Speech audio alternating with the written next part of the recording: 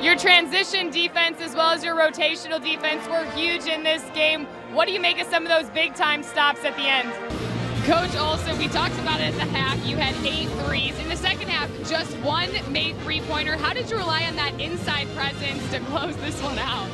Well, that was the game plan all along, Kendra. We're just going to make only 1 3-pointer in the second half. Walter Ellis gets tangled up in this corner. You call a timeout. He sinks the 3 and then also 2 big free throws. How impactful was that for keeping the momentum with the Lopes?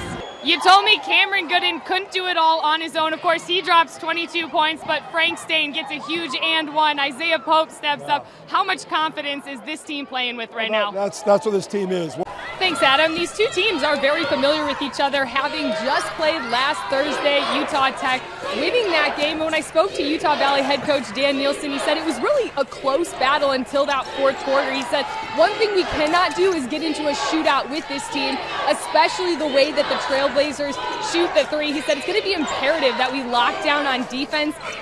Ray Harrison, 29 points. You've had to ask a lot of him with injuries on this team. How does he consistently find a way to step up for this team? Thanks, Michael. Coach, you told me earlier in the season you don't start a lot of freshmen. You got Jordan Harrison, true freshman, your point guard out there. She has a double-double, 10 assists, even got a block in there.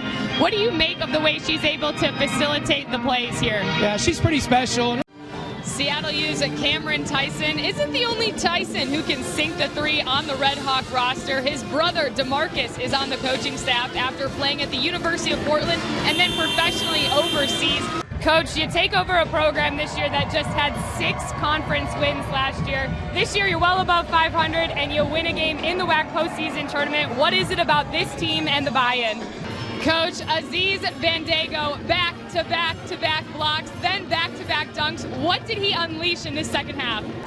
At the beginning of the season, you said the goal was to win a game in the tournament. How sweet is this victory? I'm glad that you remember. I appreciate that. It means a lot. Yeah. I spoke with head coach Matt Bigger coming out of the locker room. We talked about the way the Vaqueros started this game, and he said, Kendra, since we're in Vegas, it felt like we were getting Mike Tyson punched over and over and over. He said the first 9 minutes, we were just trying to find our mouthpiece. He said then we started getting consecutive stops. We started getting a little bit of traction. We started playing our brand of basketball. Coach, Gabe McLaughlin had 35 points, 10 rebounds. How do you even describe the way he went off today?